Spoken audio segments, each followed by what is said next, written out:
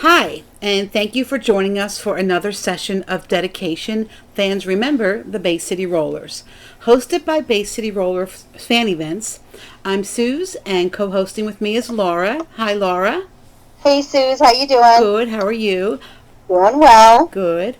We're back visiting with Tammi as she continues with her stories and memories. If you've missed the first two podcasts, you can go ahead and catch them on our YouTube channel.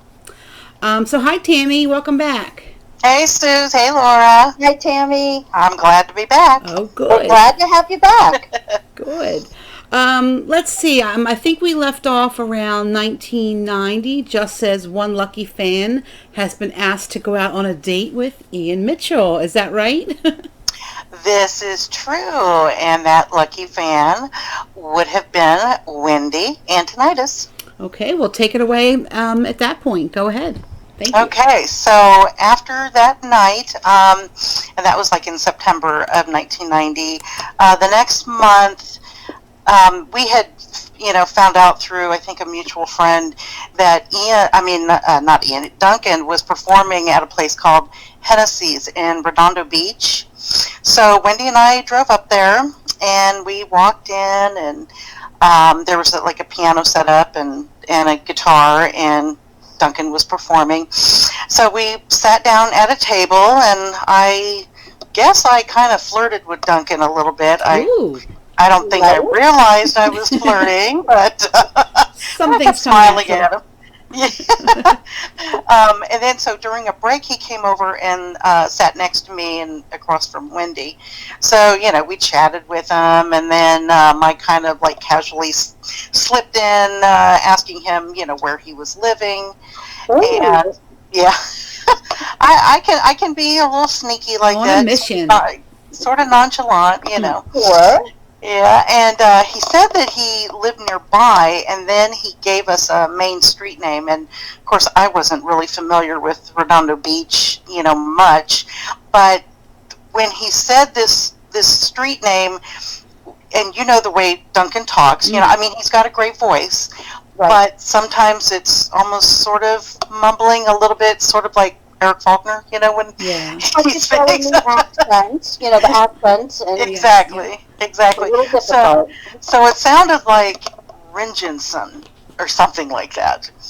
Um, so I kept that in the back of my mind. So then, closer to Halloween, Wendy and I went on a search for where Duncan and Ian lived, and we now, in the meantime, we found out what that main street was, and so we went up there and we parked and went walking up the street, checking out the mailboxes. Now this was at night, so it wasn't like in broad daylight. I don't know which would have been Yeah, what would have been better. worse? In broad daylight checking mailboxes or at night. But we then finally, found out where they lived, and it was just this, like, I think it was like about an eight unit little apartment building. And Duncan and Joe Stefanelli and their roommate Phil all lived in one towards the front and upstairs, and then Ian lived in like a studio apartment in the back. Okay. So then, now then the next month in November, Wendy and I found out about Duncan and Ian performing at some benefit at a house in Beverly Hills. Now this wasn't, the Hills, but it was, I forget what they call it, like either the flat or the lower Beverly Hills or something like. There's a name for it. We ended up giving Ian and Phil a ride home to Redondo Beach, and of course, we already knew where they lived, but I pretended because I was the driver.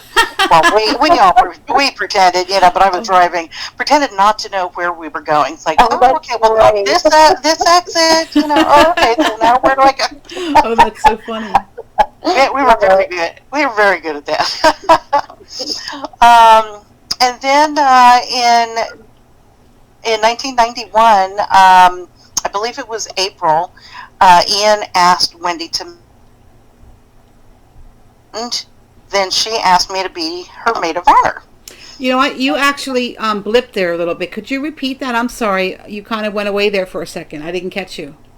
Oh, okay. So in April of 1991, Ian asked Wendy to marry him. Oh. Yes, yes. Yeah, it was really, really So neat. it wasn't a very long courtship, just a year. No, it was, yeah, it was less than a year. But there's a lot of people out there that get married after get married after 2 weeks. Oh, gosh, yeah. Yeah, It's when romantic. you know, and you're ready Yep. to get married. Yep. That's awesome. Yeah, it's awesome. Yeah. And then she asked me to be her maid of honor. Oh, wow. Yeah, Well, so that you kind of were there from the beginning. So that was really, really cool. And then that whole year, since they were together, I went up and drove up and we spent time together. So I got to know Ian more throughout that year. Yeah, you got to be buddies. Yeah. And then the next year, I believe it was like in the mid-year, Wendy and Ian moved to London because Les had, I guess, asked Ian if he would like to perform with his band. Oh, right. And yeah, so Les's band was Les and a guy called Terry Monday, whom I had this huge crush on because he was so good looking, so good looking.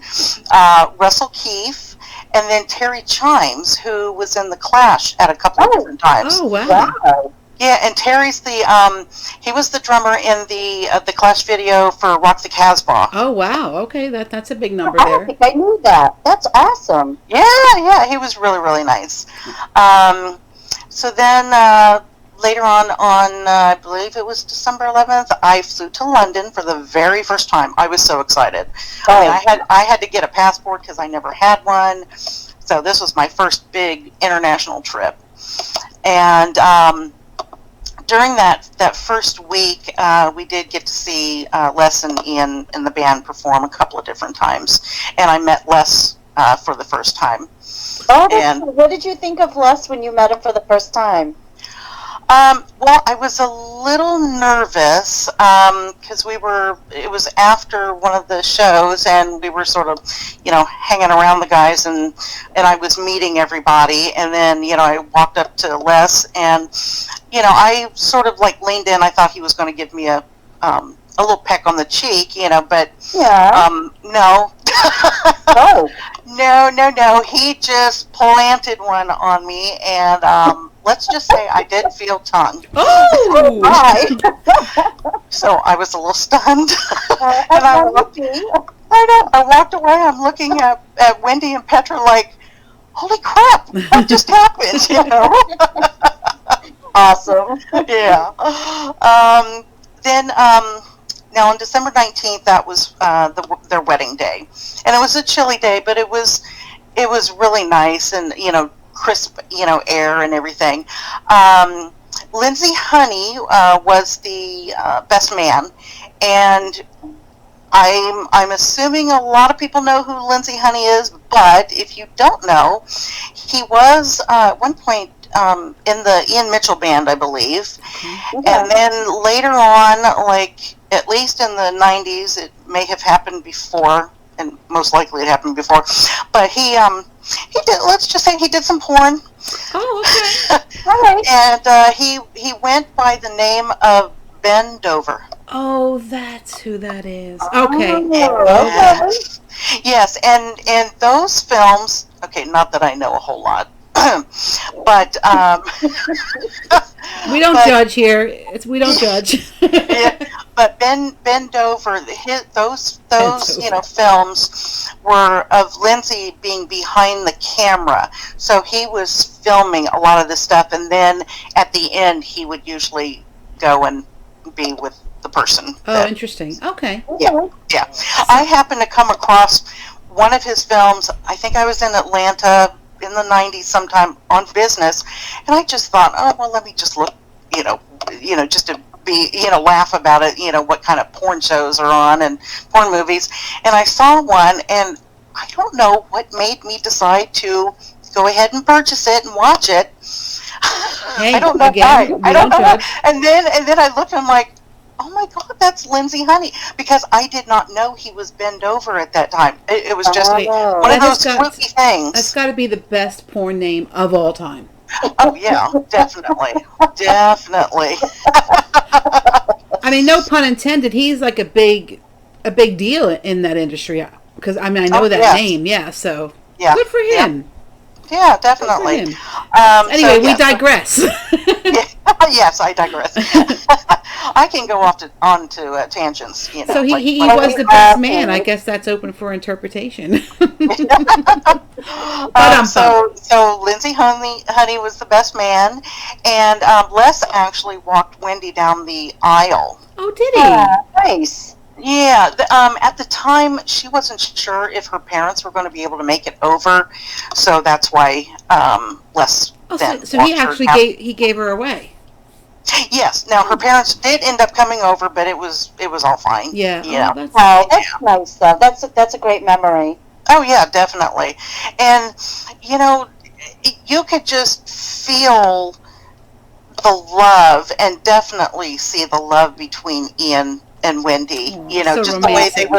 the way they would look at each other, and you know, I mean, they were like two peas in a pod. that's so sweet. That's great. Yeah. Now, during the reception, their wedding song was "The Way I Feel Tonight." So they started, you know, dancing to it, and then all of a sudden, guess who grabs a microphone and starts singing live along to the track? No. Oh wow. Oh, you know what? That's like a perfect roller wedding. I mean, it really yeah. is. Oh, that's so Definitely. sweet. Yeah. So that was a really, really nice wedding. It was small and intimate, probably only like, I don't know, I want to say like 50 people, maybe 50, 60. Just family and friends, and That's a nice and size. yeah, it was really, really, really And nice. some of the pictures you're sharing, everyone looks so beautiful, and it's just so Scottish or British, whatever you want to call it. It just looks so. Yes. It looks so beautiful. Yeah, Everyone looks yeah, beautiful. it was really nice, really, really nice. Wow, what a first experience to Britain. Yeah, definitely. So then, let's see, because I was over there for a month. So then on January 1st, because the guys were off to, I think, like Germany or something to do a few gigs, Wendy and Petra and I went ahead and took the train to Edinboro for a few days. So that was my first trip to Edinboro. Oh, Is this the And- same? So okay, so you were there for the holidays into the new year. Yes. Gotcha. Okay. Well, yeah, on January 1st, yeah. Mhm. that's awesome. Yeah, and the one thing that really struck me was that being, you know, there, if you've ever been there, of course, and I know you guys have, being there on Princess Street, you know, in the middle of the city, and you look up and there's this castle. Our Yeah. favorite place on earth. It's just so incredible and so surreal. Everywhere you look, you know. Yeah, it's stunning. Yeah. I mean, so much history, you know. I mean, you know, America's only, you know, a couple hundred years, or, you know, Right. yeah, We're a few hundred babies. years old. You know, we're babies, yeah. But to see this castle in the middle of the city, and it was just so cool. Yeah, you're definitely talking our language. Yeah. So one day, we took the bus over to to Preston Pans, and we found the, you know, quote unquote fan club, which was just like a little storage shed or something, beside the house of Tam's parents. And so it was either like Wendy or Petra that knocked on the door, and then Mr. Peyton answered, and so we kind of chit-chatted with him, and he took us over to the fan club, and he let us in to look around. It was so cool. I mean, there were still like a lot of letters from fans dating back to the early 80s. Oh, wow. Yeah, we were just all kinds of stuff in there. So while Mr. Peyton was not looking, I think he had walked out and left us in there, I just sort of grabbed a stash of letters, as well as there were a few unopened musician magazines, entitled Musician, that were addressed to the guys. And I still have the one addressed to Eric as well as Derek. And Laura, I wanted to ask you if perhaps you would love to have the one that's addressed to Derek. Really? Ooh. Yes. How Oh nice. my gosh, Tammy! Oh my gosh! Yes, I was saving that for as a little surprise for Oh, you. that's so Oh my sweet. gosh! Thank you so much. I would love that. You're welcome. No problem. Making me cry over here. That's so sweet. Because I just know what her face is doing right now. Yeah. Oh, that's so awesome. We're not going to talk about the criminal element, Tammy, but I love it. I love it. So it kind of looked like still The Office. They kind of just walked away and left it as is. Yeah. Okay, that's interesting. Probably. Yeah. Sort of like my closet. Yeah. And then so we had a lot of fun there. It was just so cool to be in Preston Pans and at the fan club. And I think, now of course this was 1993, I think we were probably one of the last fans that went there and probably got to go into the fan club, because I don't know of anybody else who went, and plus sure. Everything that happened and stuff. Okay. And then I think one of the other days we did go over. Well, of course, because Ian knew Tam, and I think Wendy had. She may have already met him. I can't remember. But the three of us, Wendy, Petra, and I, went over to Tam's house and we visited for a bit. And then I stayed in contact with him. We had a great time. It was just really interesting to see the barbed wire, on top of the walls and stuff. And I knew of all those stories about fans trying to climb over. That's why I think he put the barbed wire and stuff and the security cameras and everything. So that was my month over there. And of course throughout the years, once Wendy and Ian came back, I would see them and whatever.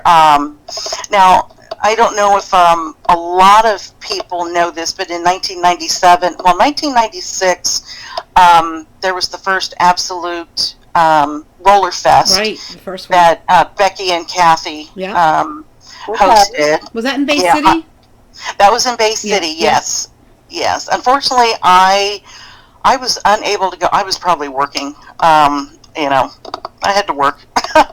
But Ian was a guest there, and Wendy had gone as well. Mm-hmm. And then the next year, Wendy, Kathy Grant Page, Jeannie Cafferty, and I then put on the Absolute Roller Fest in Las Vegas. Right. Yes, and our special guests were Ian, of course, that was sort of a given, Pat McGlynn, and Nobby Clark. Wow. Oh, wow, that's a great lineup. That is a great lineup. Yeah, had a great time. Loads of people. And this was, we had just, started like getting on the internet, and with my line of work, I do registration, so I came up with a registration form, but everything really was done by mail, so people, were sending us checks and before so PayPal. It was a lot of manual stuff, a lot of manual stuff. Yeah, I mean, it seemed like for a while the Absolute Roller Fest was, going to be like a trademark fan thing that was going to happen annually. And then, I don't know. And it did for a few years. Yeah. It did for a few years. And those were. I think I did go to the rest of them. Yeah, I went to the one in '98, which was in New Orleans, and then '99 was in Philadelphia. Right. That's VH1 was part of that one too, weren't they? Yes, we talked about VH1 the other day with a different session. Yeah. Oh, perfect. That's perfect. That's right. They were there for that one as well. Great. Yes. And then 2000 was Seattle, And there was another one that was in Anaheim. I think it was I think it was 2005 because it was the 30th anniversary Okay. of them coming to the U.S. I think that's great. I think that's what it was. Yeah. So yeah, I've been to a lot of those. I've gone to a couple of Les Fests, Yeah. in New Orleans, and let's see, what else have I gone to? I think that's probably about it. And then time goes on. Life happens. It does. And also in 1999, I knew the whole Millennium thing, and for probably a good year or so, I knew I wanted to be in Edinboro at that time that the year changed from 1999 to 2000. I mean, that's where I wanted to be. So, because I had spent or had kept in contact with Tam, I asked him if I could stay with him because he had actually offered that, long before. He goes, "Oh, well, whenever you're here, you're free to stay." And so I took him up on it. And yeah, so I went there and I spent 2 weeks. And on his property at the time, he had these two. I always forget what to call it because it's not a mobile home, but it's sort of like a trailer. But it's a movable, trailer type of thing. Home, I would think. I guess, yeah. I mean, I live in a mobile home park, though I live in a standalone little building. So I always forget, what the right name of it is. So I got to stay in one of them, that's out in the backyard. So I had a little bedroom. I had a cute little living room. There's a little bit of a kitchen, so there was a microwave and. Oh, wow. So yeah, it was So great. you had privacy and everything. Yeah, and I just kind of came and went as I pleased because, I wasn't there to have, Tam wait on me hand and foot. I mean, it's like. No, you just needed a place to hang your hat.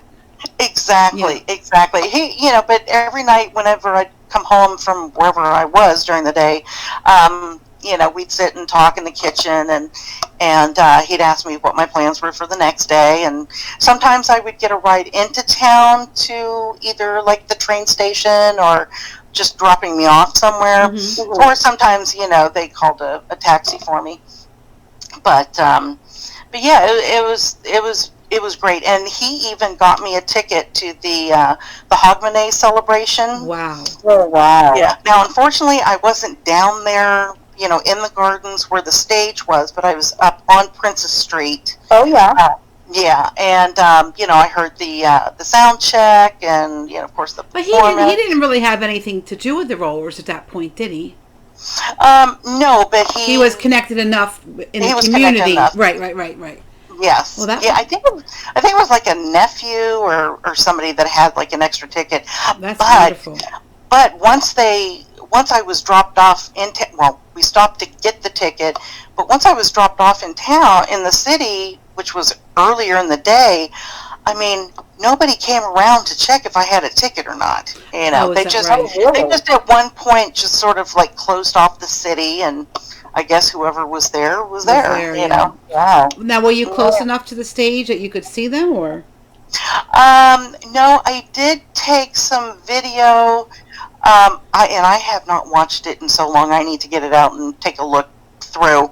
But I do remember that at points I happened to be standing under, I think, like a speaker or something, and there would almost like an alarm sound or something would go off every now and then. I'm like, okay, great, this is really interrupting, But a really cool thing, while we're all standing and waiting around and everything, they were playing over the speakers like the top, I don't know, 25 songs of all time, over there in the UK. Mm-hmm. Yeah. And I believe the number one, or maybe it was number two, Robbie. From that band. Yeah.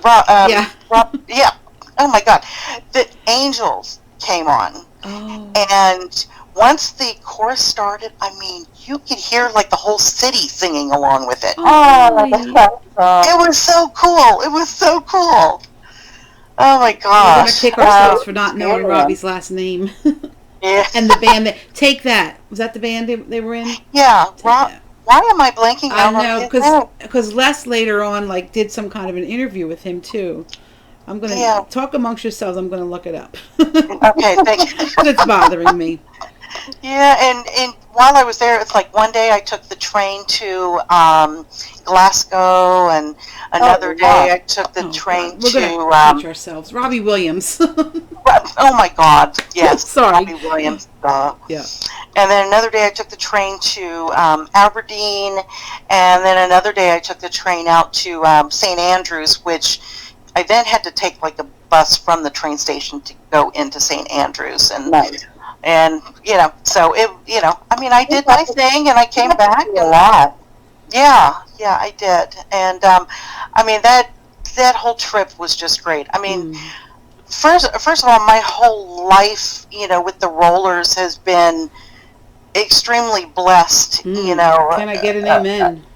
Yeah. I mean, all the Yeah. different things I've been able to do, and see, and pictures, and being, friends, and stuff like that. It's just I've just had a really good time, and I would not trade my life. I think I was born at the right time, for the right band. Yeah. Aw. No, I feel the same way. We've all had some really unique and lovely experiences over the years. Oh yeah, definitely. And of course, meeting other fans, and then It's the best. a lot of us have had these friendships for years and years and years. Absolutely. Yeah. And that's really, what it's all about. I mean, sure, it's Exactly. fun to talk about these stories, and we can even bring this up to present time, going over to Hoyk for the past 2 Right. years, and you came last year, and you can talk about that if you want. It's just been just such a great ride. I mean, it's the best. It's the best. Oh yeah, definitely. And I had such a great time in Hoyk last year. Oh my That gosh. was so much fun. So much fun. And I think I posted many, well, let's just say, every chance I had to get a selfie with Eric, I took that chance. You might have the record. You might be in the Guinness Book of Records for the most selfies with Eric. But hey, that's okay. That's okay. Well, I mean, it's like, it if you don't do it, you may regret it. I mean, and he could always say no. He can and always I say would no. have been, I would have been fine with it. But he was great. He was great with all the fans. Oh my God! I think he gets a big kick out of. He gets a big kick out of it. So I think, yeah. it's always a pleasure to go over there and support and see him. I'll go every year they have it as long as I can. Yes, exactly. Definitely. Yeah. Definitely. Well, It's just Tammi, been a yeah, great, wonderful VCR world. it really is. Well, thank you again for sharing all these wonderful stories. You've had so many. You're going to be our only that's like a volume. You have the Tammi volume. So thank you so much. We really appreciate it. Oh, you're welcome, and thank you for having me. All right, It's thanks, been a lot Tammi. of fun, Tammi. Thank you. Oh, you. you're welcome. Thank you too. All right, love you. Love you too. Bye. Love you. Love you. I don't really have. And thanks to you, our listeners, friends, and friends we've yet to meet. If you have some adventures and memories you'd like to share, please send us an email at bayscityrollersfanevents@gmail.com. And also you can keep up to date on all things Bay City Roller Fan Events at our website, bayscityrollerfanevents.com. Thanks for listening.